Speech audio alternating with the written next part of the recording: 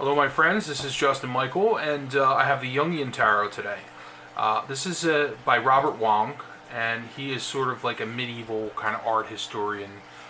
He did the Kabbalistic Tarot.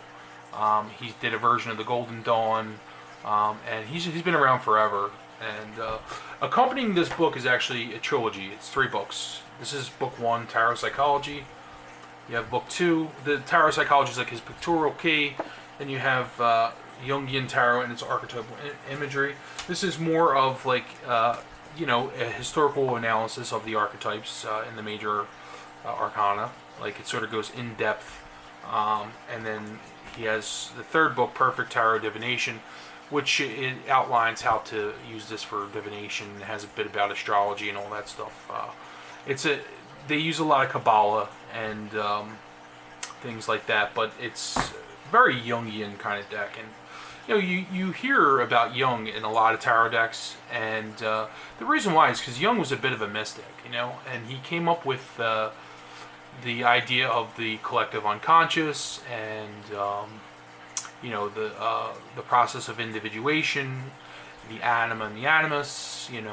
These are terms that you will hear when discussing Jung. And if you want to learn more about that, I recommend reading this book here called Man and His Symbols. This is the best book to start with. It's a book that I started with. It's the only book that I read by Jung. I've read books on Jung, but this was the first book that I read by him, and the only one I read completely. But this also has other authors in here also, people that worked with him, but he writes the whole beginning part. And I'm reading now this book called Memories, Dreams, and Reflections.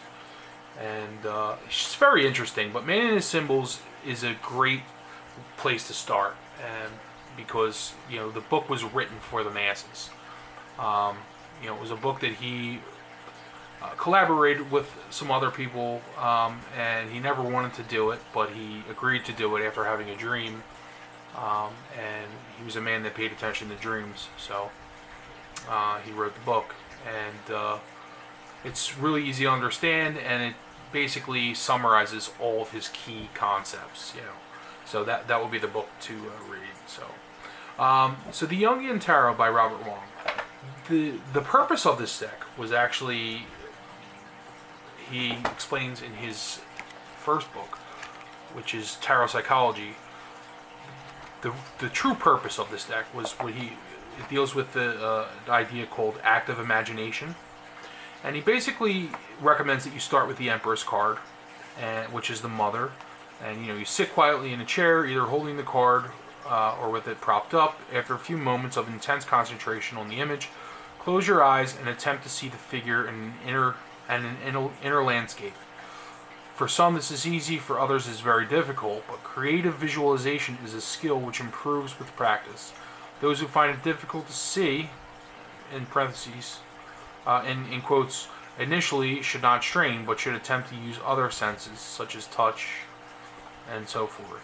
And the idea is to engage with, to ask the figure questions and talk and see what comes from your psyche, And about a week or so ago, I had a conversation with a fellow by the name of James.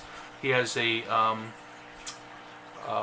YouTube channel called Young to Live By, and he basically, we talked about this idea of creative imagination, and he said that you don't have to use cards. You can do it actually by yourself. You just sort of sit in a chair or wherever you're comfortable.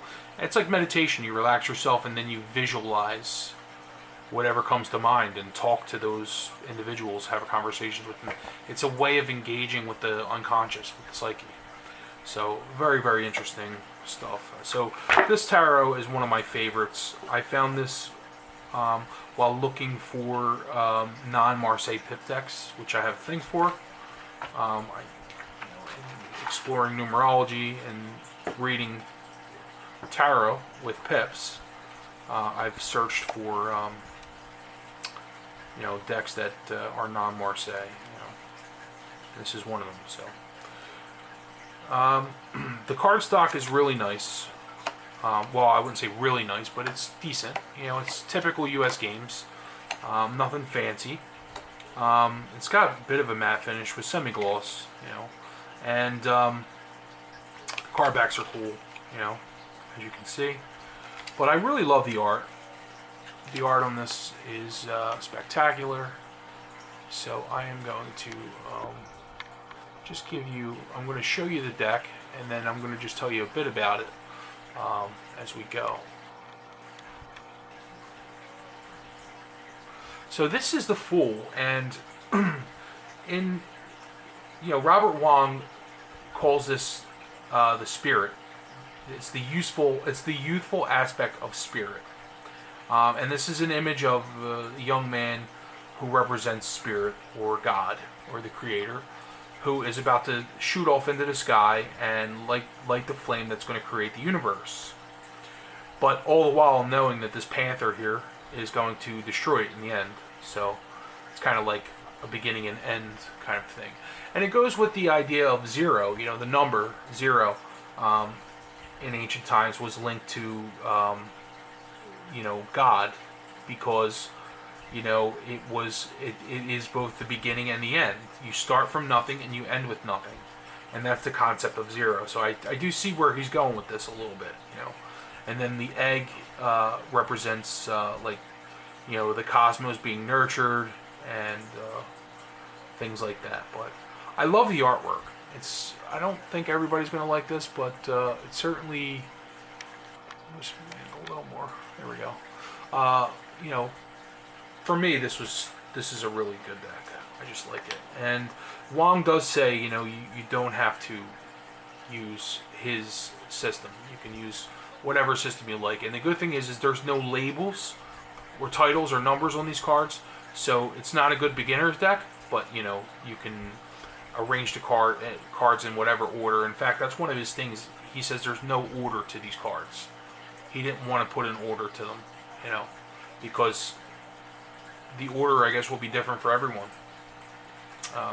So this is the magician, and it's like the alchemical kind of master or whatever. But he also represents the idea of the animus, which of course is like that part of the shadow or whatever that is within everyone. Within every woman is the animus, which is the male aspect of their personality. It's like sort of the opposite of yourself, that complementing force in your psyche. And that's why when you find a partner, you sort of satisfy that part in you, and that's what Jung says. And then likewise, this is the high priestess, but is the anima, which is in the male. You have the female aspect that exists in you, that makes us seek out sort of that other half. It's a bit hard to explain. You'll have to read a bit about the anima and the animus. And this is the mother. This is the empress, of course, the mother.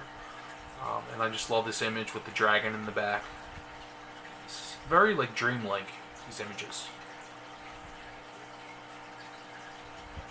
And here's the father, the emperor. This is father as lawgiver, actually. The father that sets the rules, and that's the Hierophant. And there is lover. So the archetypes aren't necessarily going to line up with your traditional understanding of the archetypes. There's the chariot. We have strength in the 8th position. But like I said, there's no titles or numbers, so you can, switch them out. I tend to think of justice as 8 these days. This is the grandfather, the teacher. Grandfather as teacher archetype. There's the wheel. And there's Lady Justice.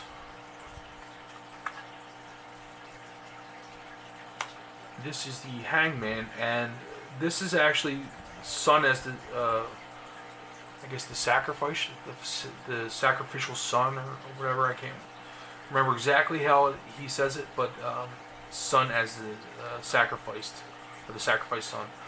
This depicts an image of obviously the hangman, but Wang said, explains in his book that the traditional image of the hangman is actually a practice called baffling, which took place in the Middle Ages when knights or soldiers or citizens would commit treason. They would be hung by their heel and sort of executed that way. So and that goes into the term baffled. Like, I'm baffled. I'm hung by my heel. I just have no idea. Here is death, the death card. And he has an hourglass in his hand, which is very interesting. And of course, we all know what that means. A lot of really fascinating kind of symbols in here. This is, of course, temperance. And we have the devil. So you have some Rider-Waite-Smith symbolism in here. The tower is a bit interesting because this is the father as avenger. The father as protector and avenger. So, this is sort of your knight in shining armor, your father, the protector, who will come and,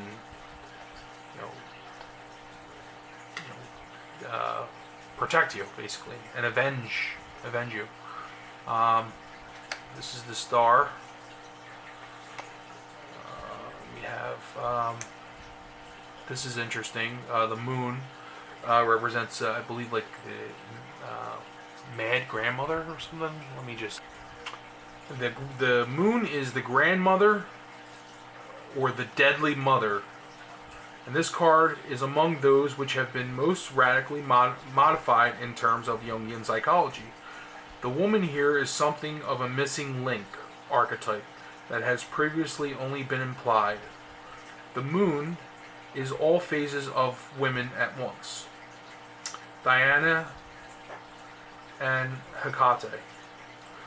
But in tarot, the bright side of the moon, such as that found in the High Priestess or in the star, has been traditionally emphasized. So the introduction of the personality of the hag as the moon's darkest qualities is useful. The moon carries some of the most important lessons of the tarot. It is the card to which earlier centuries ascribed witchcraft and magic spells. In modern psychological terms, this means deception, phantoms of our own creation, and deep-rooted fears which seem to well up of nowhere. This is the card of the deepest anguish and inner pain. This is also a card of childbirth. Interesting. There's the sun.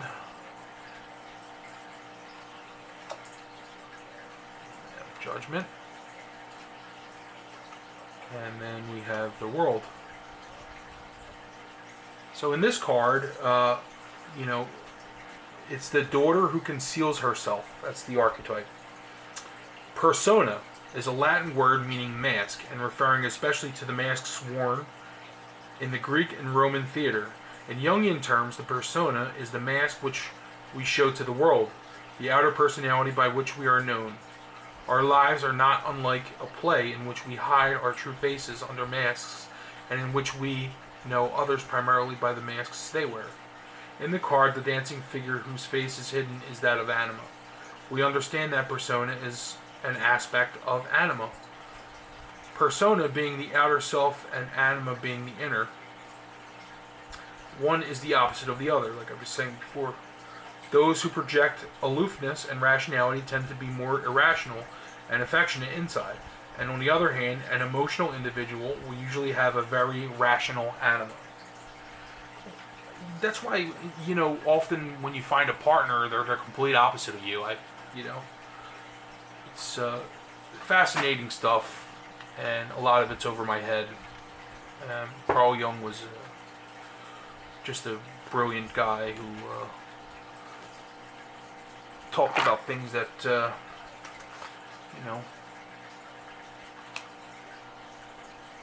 were very mysterious. This is the King of Wands, but also the father. This is the Queen Mother.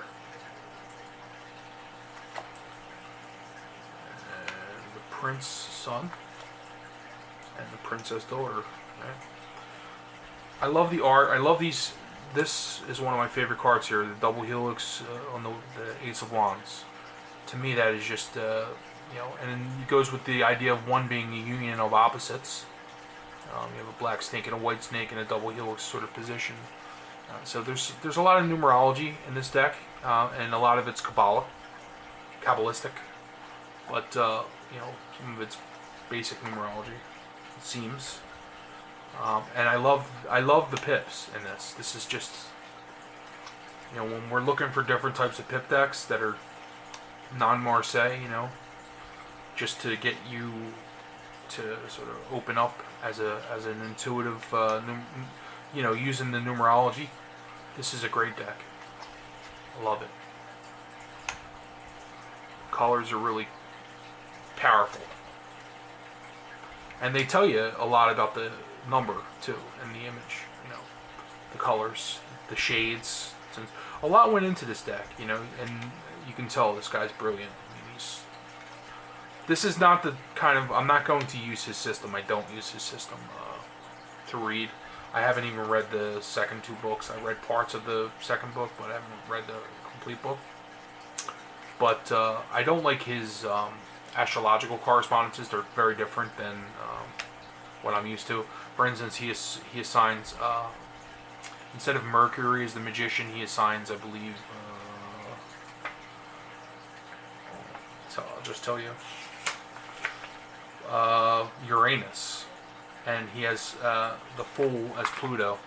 So I don't know what system that is, but it's not the Golden Dawn system, which is what I'm used to. I'm not going to change that around. It's too confusing. So here's the King of Cups, Queen, and our Prince and Princess. I love the blues in this. Just really beautiful with the orange-ish red kind of flames. Yeah, this deck speaks to me.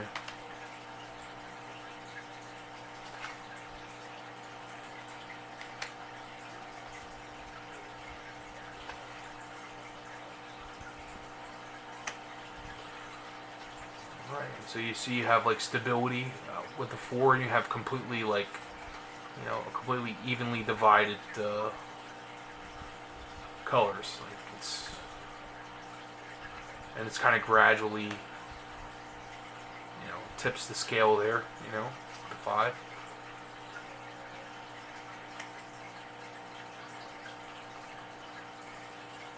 You can play around with the images, with the pips and.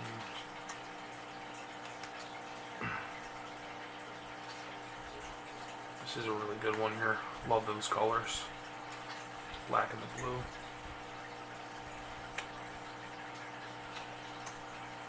And here we are with the King of Swords. And I like that all the core cards are sort of different, Different characters. Similar, but different. Prince. And the Princess. He's like walking on clouds, suit of air. Ace of Swords.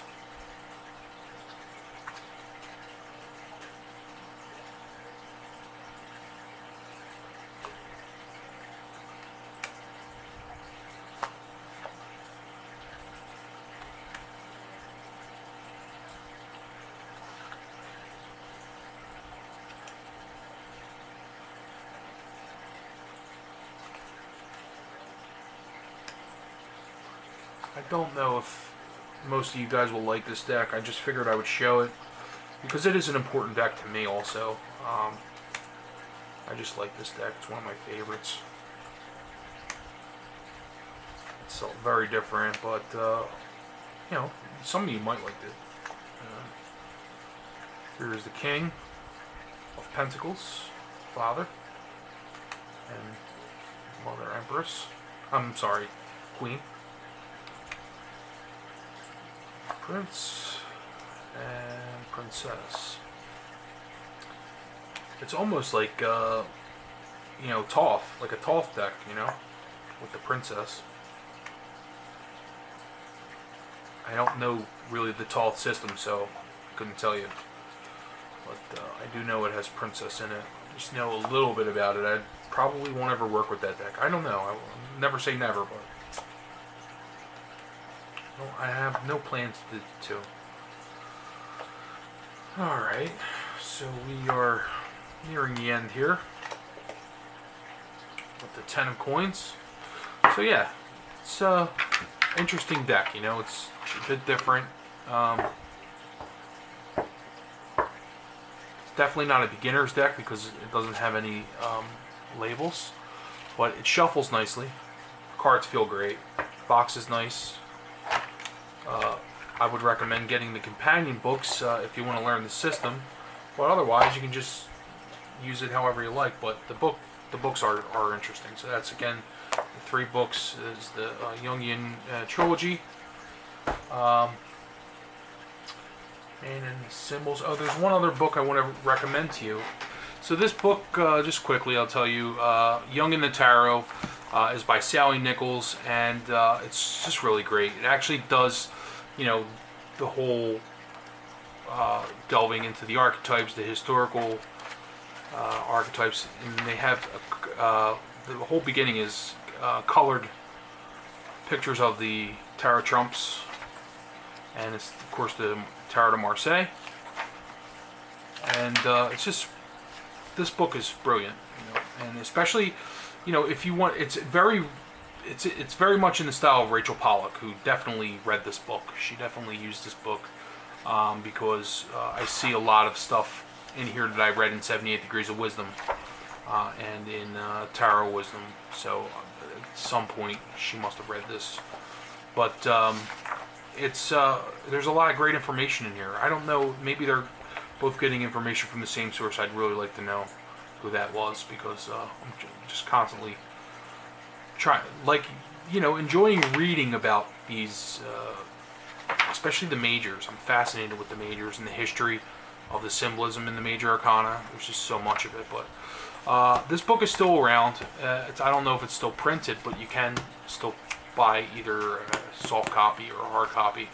I got the hard copy, and it's been very helpful and interesting. So, but anyway, thanks for watching, and hope everybody's staying well and staying sane. And I guess we'll talk soon. Bye bye.